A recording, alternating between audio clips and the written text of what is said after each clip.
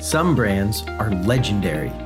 In every category, someone sets the standard, and some companies create raving fans.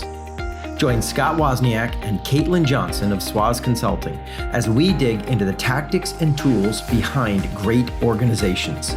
How did the legends do it? And how can you become a legendary brand too? At Swaz Consulting, we study how the legendary brands have done it. And we don't do it from a distance. We go inside, we talk to the actual people who done it, roll up our sleeves, work with them, figure out how it's done, and that's what we're doing today. In fact, we have a legendary leader from a legendary brand to work with you. Sometimes we have the joy of bringing you niche folks, like when we talk to Hugh Henderson, and it's an amazing company that you probably haven't heard of because it's in the niche of hospice. By the way, if you've not heard that episode, go check that one out. However, today, you've heard of this brand. We are talking to Jack Hollis, who is the Executive Vice President of Toyota for North America. He also is President of Toyota Motor Sales, and that includes the Lexus brand, by the way, as well. And in his role, Jack is responsible for product planning, sales, marketing, distribution, customer service for Toyota and Lexus brands for all of North America. Jack is also just one of my favorite people. We've known each other for several years, and I've gotten to see him in a variety of settings, not just professional. He's just a great human being. It's not an accident that Toyota's where it is. It's because they have leaders like Jack, and you're going to hear why and how he approaches. I'll just give you a couple of nuggets. Here's one quick one. Jack is also the global marketing officer for the Olympics and Paralympics. I mean, the kind of cool stuff he's into, making the world a better place, doing cool things, is pretty sweet stuff. Jack holds a bachelor's degree in economics from Stanford University, and he was also a member of Stanford's NCAA National Baseball Championship team and the Cincinnati Reds for 2 seasons. So he's achieved excellence in multiple levels. And I think you're going to really enjoy hearing how he thinks about how to build the kind of brand of excellence and quality and service that Toyota and Lexus have become famous for. It's not an accident. Join Caitlin and I as we talk to Jack Hollis and figure out how are they doing it. Jack, so glad you could join us. It is fun to actually record one of our conversations. We've been having some good ones over the years. So welcome to the show. Glad to have you, man. Scott, good to be here. And there's nothing like being on being with somebody whose company's name is Swaz or Swaz. I mean, it doesn't get much better than that. So I'm just glad to be here. Honored. Thanks, brother. So let me frame where I want to go today, because we could probably go 19 different directions. We have gone 19 different directions over the years and had a good time. But you've got a long, rich history with, I would say, one of the great brands of our time. Multiple great brands. I mean, Toyota, but not just Toyota, Lexus in particular, which, beautiful brands, but you've had a really unique role, especially this last run in your season, where part of your responsibilities are overseeing the dealership networks in North America, which when I think is this odd play. I've had a taste of this with some other companies I've worked with too. I think when you get to a certain level of reputation for operational excellence, there's this pressure. Like you make a tiny mistake and everybody freaks out about it, right? Like anyone else could make that mistake and they're like, it's normal business. But you guys have this spotlight trained on you for being on your game. And then a big portion of the people you work with, you don't get to directly control. Again, correct me if I'm wrong, but I think I checked on this. It's independent dealerships. These aren't employees. Yeah. You don't directly own or control them. Now, you can do macro things, but you can't get in micro and force them to show up with excellence. What are some of the lessons you've learned kind of building and growing and sustaining high standards in a scenario where it's widely distributed and a big portion of the people, now you do have a corporate headquarters and some of the stuff you guys do, but a big portion of the people you work with, you can't personally control. How do you manage that tension? Okay, it's good to know that we're going to have a 11-hour podcast. This is really, really good because that one question will take me about this long to go, but I'll try to do it. I'll order in food. This will be great. I'll try to do 1 minute and 11 seconds, I guess, or something. But actually, thank you for the question and the insights. Toyota and Lexus as both brands, both are spectacular. I am biased.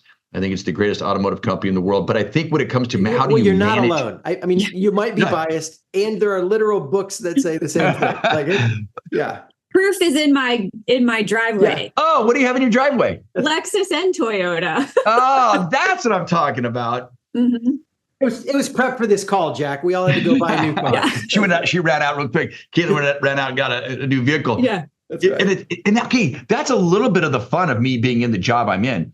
Like I'm telling you, 199 out of 1,000 interactions I have with Toyota are always the same thing. Oh, I got two in my driveway. Oh, I got this. Can I tell you about my car? Can I tell you what I do? I named my vehicles. Okay. It's fun because think about what you just asked though, Scott, which is how does that happen from a headquarters with teammates at the dealer level to a consumer, which we call guests. So we don't even call them customers or consumers. We call them guests. Yeah. And the whole mentality of this is everyone's treated as a guest. It's actually in the Lexus covenant that was created on day one. So when you do that, and words matter, I love words, words matter, our dealers then are what? For most brands, they're called partners. Yeah. They're called third parties. They're called something else. Yeah. We call them teammates, and I happen to go to many of them calling them family members. Wow. Now, depends. Many people struggle with their own families. So if you say family members, that's a negative connotation. Right. Like you don't want my family. Exactly. Well, right. But because I've shared openly about who I am over my, I've been now with Toyota for 32 years. When I say Toyota, I'm using that as the brand, as the total company. By various I roles. always say I've been married to my wife for 33 years, been married to Toyota for 32 years. I'm a pretty committed dude. That's awesome. That's awesome. But if you think about it for a second, if you go with teammates, which is my favorite because I'm come from a sports background. Yeah. Everybody has a role on the team. So how do I manage the outside is to make sure they are as integral to the team as is me or anyone else that I work with. There's every teammate has a role. The roles are different, but you're still one team. And so how do we do that? We do that in a lot of practical ways, but it usually comes down to the prioritization, which is people before profits, people before performance. Oh, man. And if you do that, and you actually consider the dealer and their associates first, they then can and will perform at the level that their own pride, their own abilities.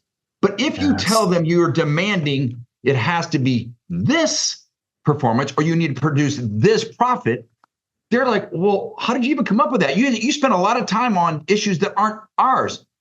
The dealer to the consumer is they want to do the best they can. So my job is to stand behind them as people, encouraging them, coaching if I need be, teammate with them, or just listening to them.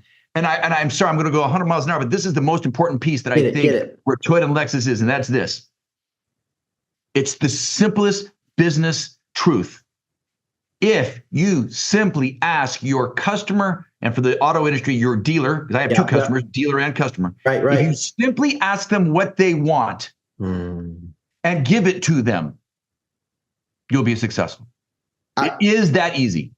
Yes. And I think I'm just underline like three things in there. I don't know, Caitlin, about you. I'm taking notes like, I've got some things. Yeah. Bring it. Let's go. Underline time. First, let's go. Words matter. I mean, let's just back up a second. You are not the only great brand to figure this out. In fact, just about every brand I know that truly gets to this level gets serious about their words. Disney famously doesn't call their employees, right? Especially the theme parks, their theme park. Disney conglomerate, that's a different podcast. Right. Or cast members. Yeah, cast members, exactly. Chick-fil-A, we also use the word team members. That's where my roots are, the Chick-fil-A land. And so that's the whole idea of we're welcome to the team, right? Yeah. Ritz-Carlton, ladies and gentlemen. Ladies and gentlemen, serving ladies and gentlemen. I mean, the way you talk just subtly nudges the way you see the scenario. That's and right. So I think if you're sloppy with your words, that indicates some kind of level of sloppiness about your culture and your thought and the people. And so I love that you went there right away. Like there's clarity, there's excellence in just even the littlest things. Just they have these trickle effects. These little things kind of flow out big. And so not surprised I'd heard that before, but it's really fun to hear you go there right away and say, man, how we name them says something about how I think about them, says something about how they think about us. I mean, it's important that the words show up the way they show up. And it comes out, not just the words, but it's the priority. It helps to know what your priorities are by the words that you use. Yes, that's it. That's it. They signal clarity. What matters. Mm-hmm. I'm not sure if you're aware. Oh, Caitlin, go ahead. Oh, I had an underline because I've heard people before profits before. And I 100% stand behind that, people before profits. But the people before performance, I want to know more about that. What does that mean? Yeah, I learned this. This is perfect. I had an example. At the time, I was not only was I at Toyota and Lexus, but inside the company, we used to have the Scion brand. Oh, yeah. Mm-hmm. Oh, yeah. It was a youth brand, and we were learning a lot about the youth market through it. It was one of the best experiences in my life to learn, just to keep learning and listening. And during this is when I moved from Scion and what I had learned with a more youthful mindset to Toyota, I became our chief marketing officer. I don't remember the exact title, but running marketing for Toyota. The teammates that I was working with at the time, they felt like the company was demanding a level of performance, regardless of their own personal feelings. It was regardless of their personal needs. Yeah. And it wasn't about work-life balance, because that's one other topic we can talk about, because I don't really think there's work-life balance. It's just 100% do your best at everything. But I think what happened is, what I learned is, you can demand performance and people will give it to you for a period of time. Yes. Everybody wants to honor their leader, and they will do it. But over time, it dissipates in their performance because they're just running and they're not even sure exactly why. You keep telling them, they got to get to this, got to get to this, got to get to this. And they get there and it ends up, they feel like, what is my purpose here? Whereby if you put the people first, you care about their needs, you know who they are, you know them by name. You're encouraging, you're building, you're encouraging. They will give you that level of performance you already wanted, and then more. Because they want to run through the proverbial wall for you. Right. Because you're the person who's pumping them up.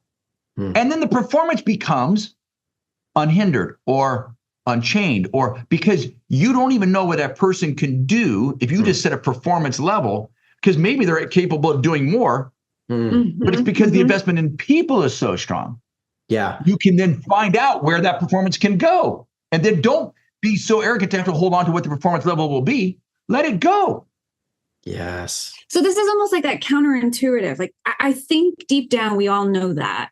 We all know we need to care for each other from a human to human level. But then, you have your own metrics that you need to achieve. And then the pressure of the stress of the day job gets in. And then the care for a human to human interaction kind of goes out the door.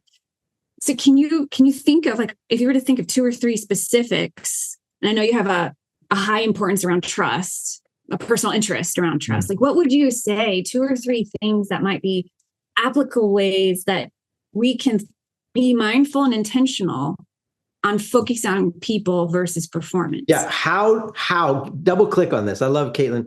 How do you actually do that, Jack? Because I meet leaders who have the same intention, but then they don't execute on it. They give nice lip service and then they put their heads down and their team's like, yeah, he keeps saying he wants to build trust, or she says she cares about me. But at the end of the day, I think what do you actually tactically do to build that kind of relationship?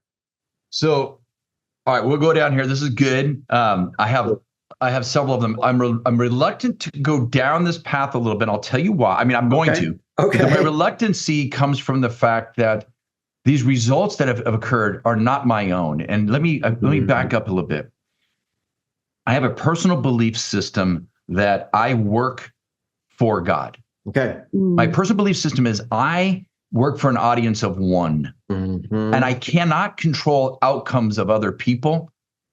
I can simply pour into people, and outcomes I have to trust are outside of my own control. It doesn't mean I don't work hard. I was an athlete. I understand what it works. Professional athlete, and I understand what commitment means. What I'm saying to you is I give you some of these things are things that I have done. My experience has been, they have been exceedingly abundantly powerful. I'll start with one.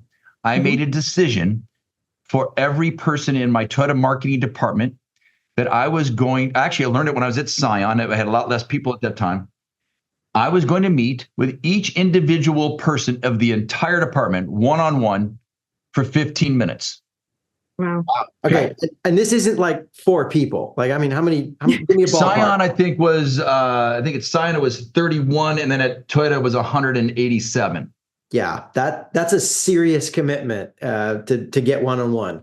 So I made a decision I was going to. Now, how much can you get done in 15 minutes? Not a lot, not very much, but I was able to gain from each person a lot of what was important to them in 15 minutes. Then what I would do is, once I did the full every person, then I slotted every day an hour in the morning and an hour in the afternoon, open time that people could sign up for to just come and chat with me about anything. Yeah. Anything, not just work related. It could be anything. Whatever was on their heart or mind that they felt like they wanted to share with me or ask me about. So after I did the whole full 187, when you talk about practical, then it became open space, and that became full. And my teammate, my secretary, she would just keep a list, and these are all the people, and then we would bring them in, and depending on how many people came in that day, if it was one person, I might give that person an hour, depending on if they needed it. Right. And if it was a lot of people, sometimes it'd be 10 minutes. So it was the availability to not have an agenda, but to just listen. That right there, listen. Because what I'm hearing is you're creating space to truly show that you're seeing and valuing people. Because that's what we want, right? We want to be seen. We want to be heard. We want to be valued. And you just created a framework on how to do that, is creating the space. Yeah, it worked for me, Caitlin. And I will tell you, the reason I'm reluctant to talk about it sometimes is because it wasn't a plan. It wasn't like I had done this before. There was trial and error with it that I was like, whoa, I'm not sure what I just did there. Yeah. But what I was confident, what did you sign yourself up for? Yeah. But I was confident in the fact that these teammates that I was going to be working with, I wanted them to understand that after being so pushed so hard by the organization and different individuals and things to go performance, that I was going to build back into them who they are as people and ask them, what is it that you want? And it actually ties into the organizational excellence and performance excellence. Why? Because I would ask them, what are their goals? What do they think we could do? What do each individual, what could you be pushed to do? Where do you want to go? And what happens is, by listening, and I had to learn this. I had to learn a lot, and it was hard. I mean, it is hard to listen to 187 people. And I took notes because I wanted to remember what their child's name was, what their wife, how long they've been married, how long they're Toyota. But when you do that, people start to say, I can be a little bit more vulnerable with this person or authentic because they're actually asking me how my date with my wife was. Right. And it's why? Because I want to know. Exactly. Yeah. I'll say 2 things I love about this, because I've met leaders who've skipped to the second part. That, hey, my office is open, come ask me anytime. And it didn't work. You have to do the first part where you reach out to them and you say, listen, you matter. I'm going to get one, even if it's just 15 minutes. I'm going to ask you, and I'm going to take some notes. And that initial investment in them to say you matter, I think sets up the, like, wait a minute, because you come in, you got 100 plus people, and you're like, listen, my office is open. At least 70% of them are going to be like, yeah, no, I wouldn't. Yeah. Do you know him? No, I wouldn't know. If you don't break the ice first, I say this to leaders all the time. If you want to build trust, you go first. I mean, this is the fundamental of leadership, right? Leaders go first. Absolutely. We risk first. We invest first. We care first. That's right. And then they say, okay, see, I'm reaching out to you. If you ever want to come, like, we're available. So I just want to highlight that, like, that first investment is what makes the willingness of them be able to talk to you. That's so valuable. And I want to hit on, go back to your use of words, double click. I'm going to double click since Caitlin said it and you said it as the word trust. I think we need to stop for a second, because to me, people before performance and people before profits is built upon the goal of trust. And let me just unpack a second. Please. Trust to me is the ultimate success factor of an organization. And I'm telling you, now again, I can only go by my own experiences. But you've had a variety of experiences that worked really well. So yeah, talk to us. I want to be trustworthy to my teammates, and I want to build in them trustworthiness. So it's a two-way. I want to trust you more. I want you to trust me more. Yeah. In that, the key element to this is built upon one thing. And if we had a long time, I would take you through an equation that I'm actually working on. But I think what's most important is, why are you interacting? If it's for the benefit of self, if I want to talk to Scott and Caitlin and have a great conversation, and it's going to somehow benefit Jack Hollis, the trusting, you'll see through that. It will become, it's less valuable. But if everything that I'm doing is here to help Caitlin and Scott, in this case, right, trust builds quicker because it's selfless by me. Well, I want that for my organization. I want to be selfless. I want to be about the other person and the other person about me. And when you start that rhythm, trust builds, because you're finding out that it's not a person who just wants to talk to you to get something for themselves. They actually want to talk to you to give you something. Yeah. And when that happens, it becomes like the coolest sickness ever, because everybody wants a part of that. They want it. They want to be in that virus, the virus of good, the virus of others. And the others is the key element, because it's very tough to trust somebody who's only wanting to meet with you when it's for their benefit. Right. Then it breaks us all down. Yeah. So I think there's an element about the trust is, so my whole goal with my independent dealers, with any of our advertising partners, with any one of my own teammates, with anybody 5 levels above me and 5 levels below, Japan, here, global, if we can build trust amongst us as teammates, and we can be able to give that to we trust our dealers, we trust our customers, then that relationship is so hard to break. It's so long. That's why we have, customers who've been with us for 40 and 50 years, buy 17 vehicles, because they trust the dealer, the brand, and that is the key, trust. Yeah, 100%. So in our customer experience engine, we talk about the biggest gear, and we say the first in sequence and in priority. The question they're asking is, can I trust you? If we don't get that right, nothing else matters. You can't out-market it. You can't out-service it. There's no other game until you win the game of trust. And I'm sure you must talk about this then.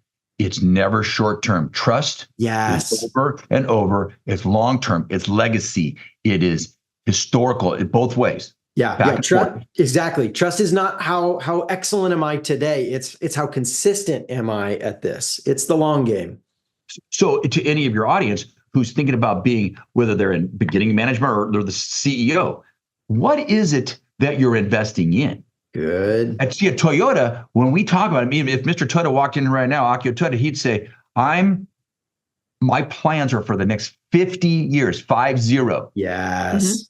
And when you have the mindset of what you're doing today for 50 years, it changes. Again, people before anything, the people are what's going to do it for the next 50. That's right. They're more important than any of the product or measure. Yeah. And man, so many companies, I think the bigger they get, the shorter they start thinking, right? They start getting worried about the economic fluctuations, and we got to manage all that. But why? Why do they think short term? Well, I guess, but you tell us, what do you think? Because people reward, bigger companies reward stock market, and everybody wants the quick dollar. They want the quick victory. They want to be known as something because of their own leadership. If you can, again, it goes back to being selfless. Yeah. If it's okay that you don't get anything and your company, though, is successful for 50 years, can you commit to that? Right. And I'm fortunate because the two core pieces of Toyota, of the entire company, are built on two principles: respect for people and Kaizen. Kaizen means continuous improvement. Yep. If respect for people is truly there and you think of people long-term, and Kaizen is continuous improvement, which means there is no best, only better. Right. You're just constantly. You're just going. But if you stop and say, "Whoa, look at me. Look what I did. Look how much money I made. Look how much profit I made." People then, can they really trust you long-term? And people want to trust you long-term. Yes. Yeah. It's the hardest thing. This is amazing. But I dig it. So I'm sorry, I kind of go off because once I get going on this, I'm like, but this is it. You're blowing my mind. Yeah, this is amazing. I mean, this is the game. And the beautiful irony of this is if you do this slow, selfless thing, you end up getting all sorts of awesome accolades and rewards. And it's beautiful. Way more. You get it all and more. It's pretty awesome.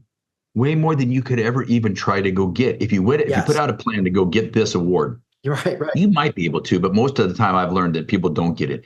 Yeah. If you are not concerned about that and you're doing the right thing over and over, just keep doing it and giving your heart away, even if it hurts sometimes, and you do some things that actually come back void sometimes. But if you keep consistently giving it away of selflessness, you find out there's so many other rewards that you thought you wanted, like an MVP award, and you don't get it, but you get 17 of these other ones that are actually more meaningful. Yes. That's like you get a letter. I got a letter yesterday about a guy who just like, "Hey, thanks for trusting me. It made a big difference for me handing my business to my son." Wow. Well, yeah. I'm like, this was like one of the coolest letters. I leave it right here because it was like, this is legacy. Yeah. Yes. Yeah. Exactly. Yes. And that was cool. Trust and all these things go together. So I appreciate you letting me go off on this. Bro, that's it. And it's funny. I literally 2 days ago, I got a message from a guy I haven't talked to in 25 years. And he's like, "Man, I was telling my daughter how much you impacted my life back in the day. And I realized, I don't know if I have ever told you that. This is 25 years later. It was the highlight of my week so far is the little note he sent me." And if I was trying to 25 years ago impress everybody with how awesome I was in hopes that they would write me letters, probably would never have gotten it. This was actually for a nonprofit Christian ministry group. I just led a small group for young adults in our church. And that was it. And it was just one of the ways I was at that stage in my life. Hey, we're a little ahead of these guys. We'll hang out with them. And it was a give. And 25 years later, it has made my week. Wow. Talk about a reward. I think maybe I'll just pause. I'm underlining this. Guys, the reward you might be chasing might be the least valuable reward. There might be rewards you don't even know of. And you need to redefine what you're chasing. It's not necessarily about this. Some of the saddest people I know are some of the CEOs we've worked with who have hit these huge numbers and have an empty life. They've burned all their relationships to get a particular number. And now they're terribly lonely and wondering what they did with the last 30 years of their life. Yeah. And what's hard about that, and this is why I'm chuckling, as an individual, the two of you, myself, you really need to look in the mirror and find out like what stuff matters to you, because like it's why I don't like titles. I don't like them for me. I don't like them for others. I personally like my own title of team captain. Nice. There's no role. There's no role in corporate America that's called team captain, but I like it because it defines what it is. You're a player on the field. If you like soccer, if you like football, you're on the field. Yeah. Every once in a while, there's a question mark and the referee has to talk to somebody to get an answer. So you have to make that decision. Yeah. Or you represent. Right. But for the rest of the time, you're just one of the players on that field. There shouldn't be titles. And many people are striving after the title as if when you get a title, you become something. But if a person writes me a note, like similar to you, I got a note where someone says, "Hey, remember when you said X, Y, and Z?" And I'm like, I don't. Well, I tell you, to me, it changed my whole trajectory of my career. And here it is on a piece of paper. The person shows me a notebook where they wrote it back in 1998, and they write it and they put a little note against it. And they kept it. They tore it out of their journal and they kept it in their wallet. And a person says to me, when you said that, it changed what I was focused on. And I said, I'm so sorry. I wish I remembered saying it. But when I read it, I knew it was me because it was words I've continued to use. And I go, that's what's important. Yes. Yes. When you talk about words serving, I don't even use the word servant leadership because I don't think there's any other kind of leadership. Right. There just is. They're just serving. But if you think about it, when you give help to somebody and you see that person succeed, I really have never felt something better than seeing that person succeed and watching that person enjoy their work and enjoy their life more. And it is a greater, Scott, you said it's a greater reward there. I hate to say it than anything else I've felt, because that is like connection and trust and long-term. And you said earlier about legendary, making a brand legendary. How about your own personal brand legendary? Come on. Yes. Yeah. So your own personal brand is legendary, as in, that person really enjoyed helping me. What a cool book that would be written. Yeah, exactly. It reminds me of the old quote. I think it was about the English Prime Minister, Benjamin Disraeli. And they said, when the opposition leader shows up, man, I feel like he's the smartest guy in the room. But when Disraeli spends an hour with me, I feel like I'm the smartest guy in the room. Yeah, that's so good. It's like, who are you trying to impress here? What are we focused on? And man, when you spend your time pouring into them, again, the beautiful irony is they come back and they love you even more because you loved on them first. And we also need to be really authentic here, saying, and I want to say, there's many of these times that I've messed that up, or I wasn't thinking only about other people. And multiple times I've had to go to them and apologize, ask for forgiveness, let them know that, that I really want to express to them that wasn't, necessarily appropriate or right.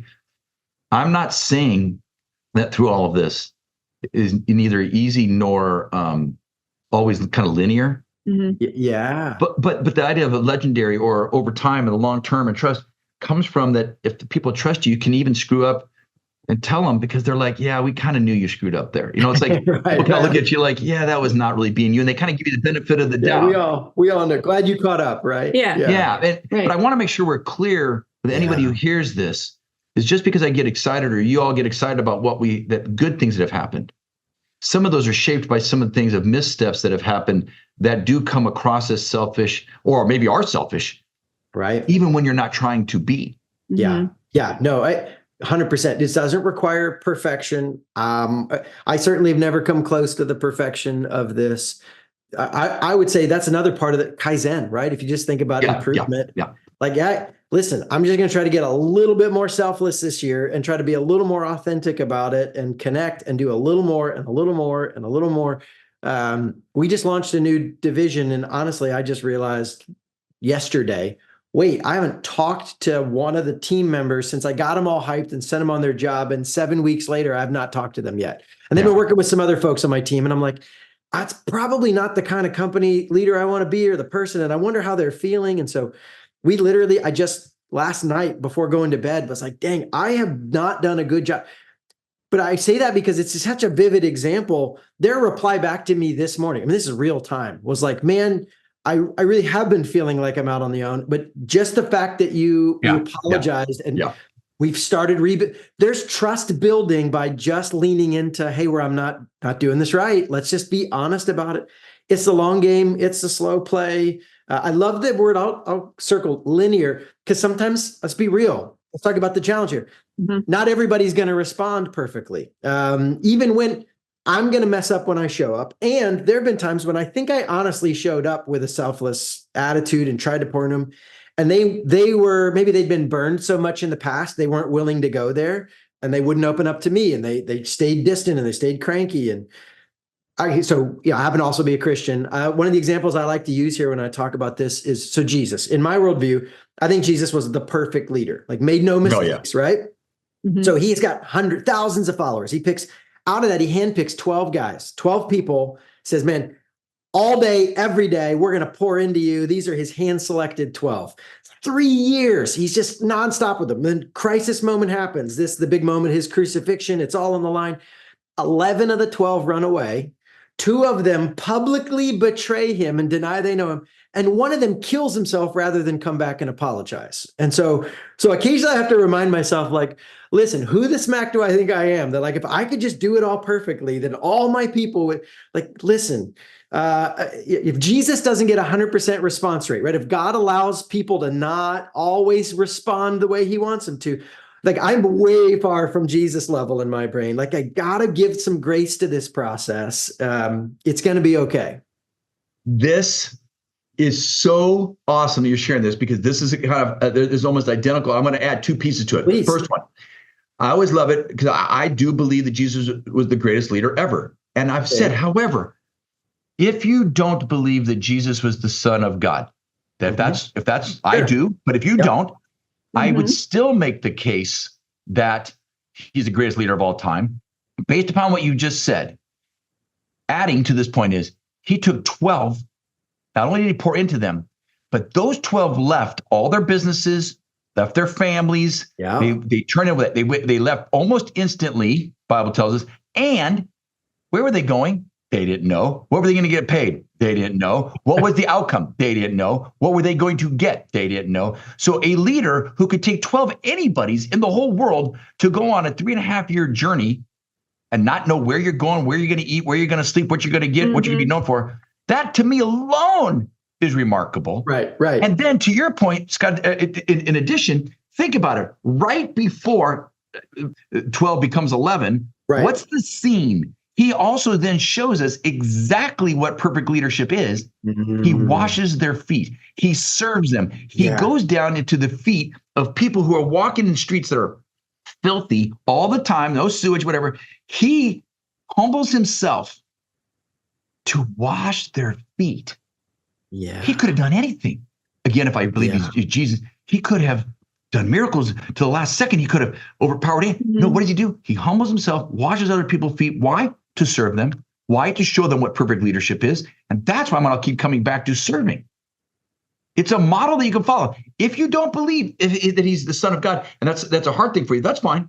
Yeah. Just follow what he did do and tell me who would compete with that. Yeah. And again, whether you believe the message or not, those 12 guys within 3 generations, every city in the known world had a thriving, active body of Christians going through. I mean, 12 nobodies down Legacy. to 11, but that servant mindset kicked in and it works. I mean, again, whether you're into the religious message part of it or not, this leadership works. And you just... But you get freaked out because in the short term, you're like, I screwed up, right? I'm not Jesus. Or look, I tried this and they ran away and one of them kills himself. Like what? This must not be working. And if you zoom out, if you can have a 50-year or longer view, right? Suddenly you start seeing, this is the beautiful thing. If you put people over profits, people over performance, what do you know? You end up with not only wonderful people, there's all these piles of profits and performance to play with along the way. So good. And I love the long-term thinking. You know, we might think 50 years. I guess God was thinking thousands of years. Yeah, exactly. But I truly believe. And I hope that the one thing that I would repeat is, as a business leader, whatever you're leading, it doesn't have, you don't have to be the CEO or the COO to make this work. You as an individual leader at any level in the company are a leader that to who's on your team. And whether that's only leading a team of 2 or 3, you are still that person who has the responsibility for them. And if you start small, you start to learn, so you're prepared for larger, right? You know, you go through and try those things. And so wherever you are in an organization, start. Just start. Don't wait till you're in a role. Just start. Yes. The rest will catch up. Leadership is, as we just defined, right? This leadership, this is the thing you do, not a title you get. Correct. And maybe you do it enough, they'll throw some titles to recognize that. But you just show up and do this. I had a leader challenge me to do this when I was an entry-level employee and said, you don't even have any direct reports. You're 23 years old, just start pouring into somebody. And it can be done even at that level. That's brilliant. Hey, Jack, this has been phenomenal. We may have to have you back because I want to actually get into that trust equation. We don't have time today, but maybe we'll do a whole session on that. Plus, we got 2 or 3 other things I didn't have time to get to. But dude, the fact that you carved out some of your precious time to hang with us, as always, man, it's a delight. Like, I'm always jazzed up and fired up, ready to run through a wall here. So thanks, brother. You're welcome. And it's so good to be with you and Caitlin, and I appreciate the time. And I'll be back on if you want me. If you don't, I don't take it personally, but whatever it is, I'm excited about this topic and this trust and leadership and excellence. They're all so many things that we can all get so much better at. And just want to encourage everyone to just give it your best. Thanks, brother. Thanks, Jack. Thanks for spending some time with us on your journey to legendary. If you enjoyed this episode and want more content like this, you may want to sign up for our newsletter. You can do that and learn about all the ways we are helping leaders build legendary brands at swazconsulting.com. That's www.swozconsulting.com. Greatness is possible. You just have to build the right engine.